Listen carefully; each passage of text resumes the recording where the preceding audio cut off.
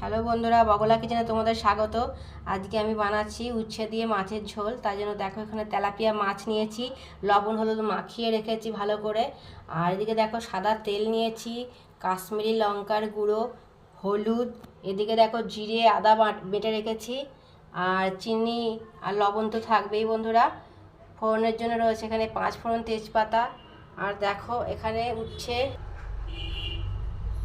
তো এখানে দেখো উচ্ছে আমি গোল গোল করে কেটে রেখেছি, ভেতরে বীজগুলো ফেলে দিয়েছি। আছে আলু, আর দেখো বেশ খানিকটা টমেটো কুচি করে রেখেছি। এদিকে রয়েছে কলাইয়ের ডালের বড়ি। তো এই দিয়ে হয়ে যাবে আমার আজকে উচ্ছে দিয়ে মাছের ঝোল। তো তোমরা দেখতে থাকো আমি কিভাবে তৈরি করি।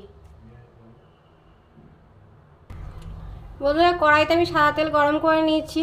আমি প্রথমে বড়িগুলোকে, কলাইয়ের ডালের বড়িগুলোকে একটু ভেজে নেবো।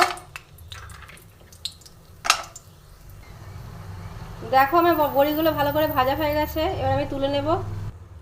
বড়ি তুলে নিয়েছি, এবার দেখো উচ্ছেগুলো ভেজে নেব।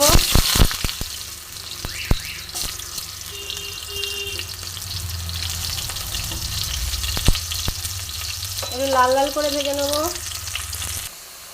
বন্ধুরা, আমি একটু লালচে করে ভেজে নিয়েছি। তোমরা ইচ্ছা হলে একটু কম ভাজতে পারো, আবার না ভেজেও করতে পারো।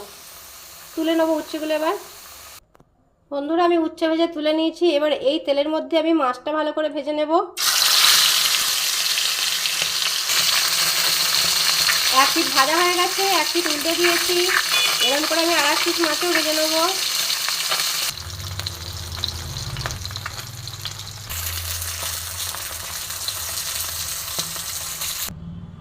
এ দেখো মাছ ভাজা হয়ে গেছে, মাছ ভাজা আমি তুলে নিয়েছি। দেখো দেখো মাছের তেলেতেই আমি ফোড়ন দেবো এবং রান্নাটা কমপ্লিট করব।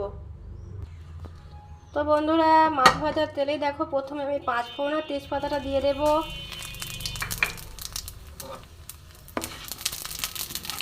একটু ভালো মতন ভাজা করে নেব। ফোড়নটা ভালো মতন ভাজা হয়ে গেছে বন্ধুরা। তো দেখো আমি যে কাঁচা আলুটা রাখা রয়েছে কেটে, সেই আলুটাকে আমি ভেজে নেব।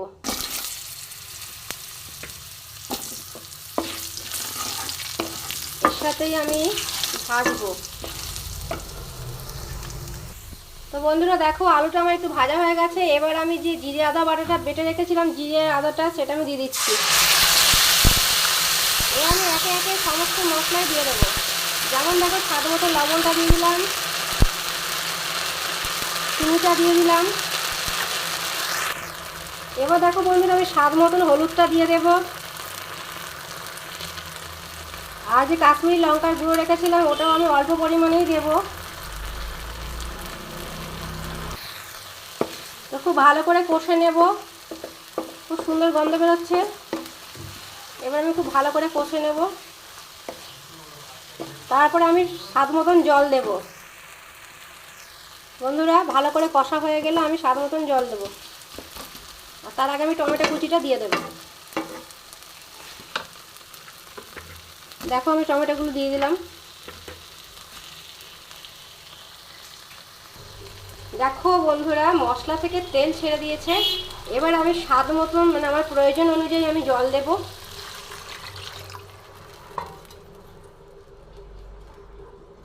এবার ঝোলটা একটু ফুটে উঠবে, ততক্ষণ আমি ফুটে ওঠার জন্য অপেক্ষা করব। তো আমি একটু ঢাকাও দিতে পারি। এইরকম অবস্থাতে আমি একটু ঢাকা দিয়ে দেব।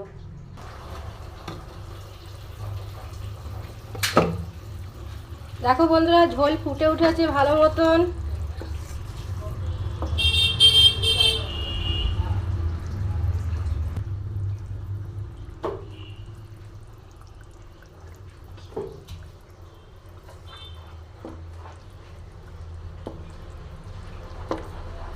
বন্ধুরা, আলুও সেদ্ধ হয়ে গেছে। তো এরকম অবস্থাতে আমি ভাজা মাছটা, আমি এখন ভাজা মাছটা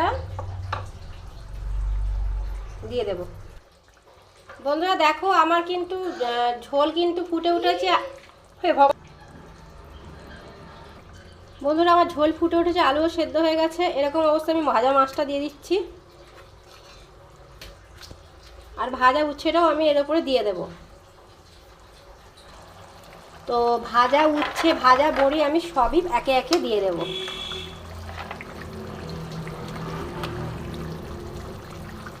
উচ্ছে ভাজাটাও দিয়ে দিলাম।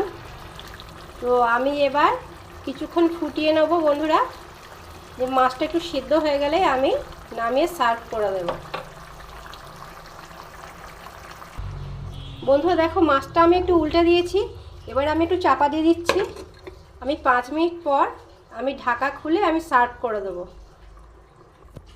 তো বন্ধুরা 5 মিনিট হয়ে গেছে, দেখো আমার উচ্ছে দিয়ে মাছের ঝোল আমার একদম রেডি হয়ে গেছে। তো একদম সিম্পল উপকরণ দিয়ে হয় বন্ধুরা, খুব সাধারণ কিন্তু খেতে অসাধারণ হয়। তোমরা একবার অবশ্যই বানিও বন্ধু, তোমরা একবার দেখে নাও। তো বন্ধুরা দেখো কেমন দেখতে হয়েছে।